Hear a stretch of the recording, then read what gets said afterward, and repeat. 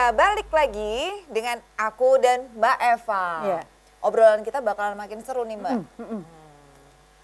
Supaya nggak kehabisan waktu nih Bun, langsung aja aku tanya ya. Apa aja sih Mbak tipe pola asuh helikopter parents itu? Nah, kan tipenya beda-beda tuh ya. Pada intinya adalah mereka orang tua yang sangat berlebihan mengawasi dan terlibat mengatur dalam kehidupan anaknya gitu ya. Nah, tipenya ini ada yang tipe mengintai, pengintai. Pengintai itu dia mengintai dari belakang, dia melihat dari jauh, tapi dia sembunyi-sembunyi memastikan bahwa segala sesuatunya berjalan dengan baik. Contoh misalnya seorang anak ingin masuk tim basket unggulan gitu. Tapi orang tua mengintai bahwa ini anak kayaknya nggak masuk tim inti atau tim unggul. Nah, sebelum itu terjadi, orang tuanya akan melakukan negosiasi atau apapun yang di belakang, mengintai dan meyakinkan kepada pihak-pihak yang bisa mengambil keputusan bahwa anak saya coba aja karena dia sangat menginginkannya dan seterusnya dan seterusnya. Tapi anaknya tidak tahu, gitu, tidak tahu. Dan tipe pengintai itu dia biasanya caranya juga lebih cantik, lebih tidak terlihat dan biasanya ini paling banyak nih, paling banyak dan kelihatannya soft sekali bahwa itu sebetulnya dia bukan helikopter parents kita, tapi mengintai kemudian nggak bisa ya Pak ya anak saya ikut, mungkin nggak kalau dia main di satu pertandingan saja atau hal-hal yang sangat halus gitu ya. Tapi biasanya anak tidak tahu sampai tidak tahu gitu ya. Nah kemudian kalau tipe saya bilang adalah tipe agen. Jadi dia kayak talent agency. Yang kedua ini Mbak. Yang kedua, tipe yang kedua adalah tipe talent agency. Dia akan mendekati segala sesuatu yang berhubungan dengan anaknya dan menciptakan keunggulan-keunggulan anaknya. Bahwa anaknya jauh lebih baik, anaknya lebih unggul dari orang lain. Jadi seperti mendidik sebuah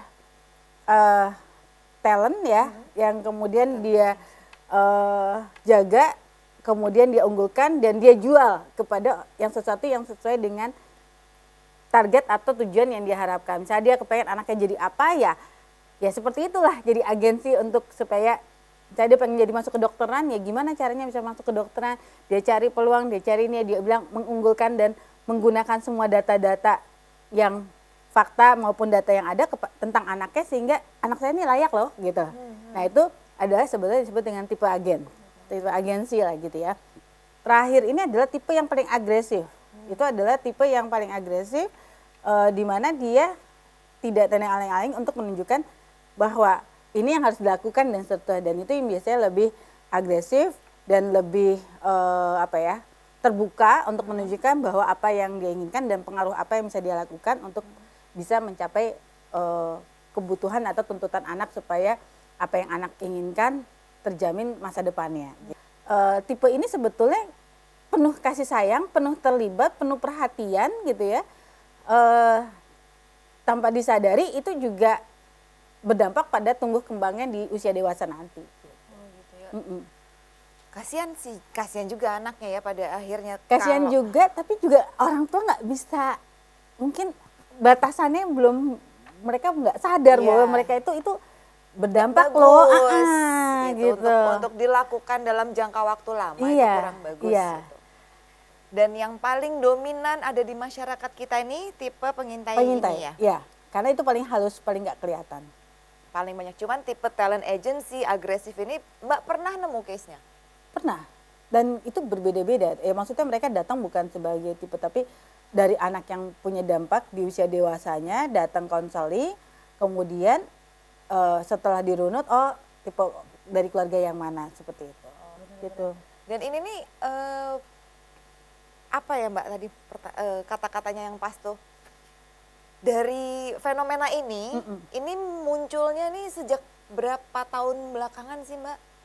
Mungkin karena zaman aku 90-an awal 90-an tuh belum deh, enggak kayak gitu. Tahun berapa Mbak? Saya rasa sih udah dari zaman generasi X sih sudah ya. Jadi setelah baby boomers ya itu udah ya gitu ya. Jadi kalau kita lihat ya anak-anak kelahiran, anak-anak yang angkatan 90-an ya dia ada juga yang dibesarkan dengan helikopter.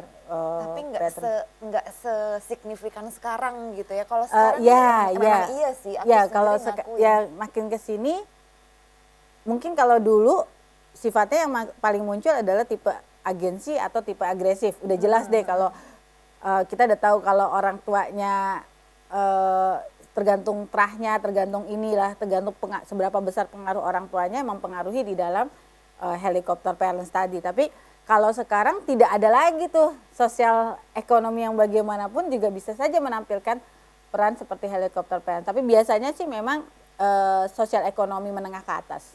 Oh gitu. Iya. Nah terus pola asuh helikopter parents ini tuh bisa dirubah nggak Mbak? Bisa, kalau orang tuanya menyadari bahwa ada hal yang perlu dia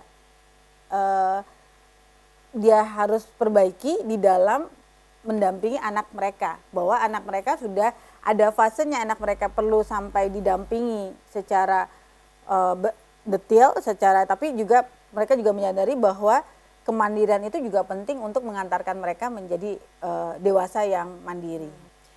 Dampaknya tuh apa Mbak? Sampai belepotan aku ngomongin. Dampaknya tuh apa yang dirasakan oleh si anak dari pola asuh helikopter parents ini? Yang paling sering Mbak temuin? Dampak yang paling terlihat itu adalah biasanya masalah tentang kemandirian. Jadi anak punya masalah berkaitan sama kemandirian. Baik kemandirian itu baik secara emosional maupun kemandirian di dalam mereka bertindak, berpikir, memilih dan mengambil keputusan. Kemudian mereka juga kesulit untuk mengelola dirinya, mengatur dirinya. Jadi mereka selalu perlu arahan, perlu kepastian bahwa apa yang mereka lakukan pasti harus diberi kemudahan. Jadi yang paling muncul biasa kelihatan bermasalah adalah berkaitan sama kemandirian, kemudian permasalahan mereka sama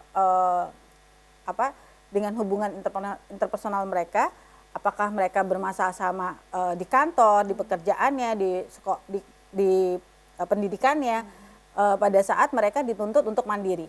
Kemudian kemampuan mereka mengelola emosi, karena selama ini mereka tidak pernah mendapatkan hambatan sehingga sebelum mereka ada masalah mereka sudah terpenuhi. Jadi istilahnya kemudahan itu selalu mereka dapatkan gitu loh. Bisa nggak sih Mbak nih anak-anak yang punya orang tua yang pola asuhnya seperti ini, mereka tuh jadi kurang percaya diri gitu? Ya, jatuhnya sebetulnya ketidakpercayaan diri itu karena mereka mengalami kegagalan pada saat mereka dituntut mandiri. Nah, akhirnya bisa jadi itu tidak percaya diri. Tapi sebetulnya mereka yang sebetulnya jadi kebalikannya, mereka dalam kehidupannya merasa yakin bahwa akan terus mendapatkan kemudahan. Karena selama ini itu yang mereka dapatkan. Waduh. Iya, jadi sebetulnya karena cintanya orang tua gitu, tapi mereka nggak sadar, nggak menyangka bahwa dampaknya itu juga menjadi kurang baik juga gitu. Ada aspek yang mereka abaikan. Gitu. Kasihan juga sebetulnya ya. Hanya kalau kadarnya masih normal, ya nggak apa-apa. Kalau udah terlalu, ya akhirnya jadi seperti yang tadi Mbak ceritakan. Oke, bunda-bunda di rumah, kita akan break lagi. Nanti kita akan lanjut lagi untuk bahas topik kita hari ini.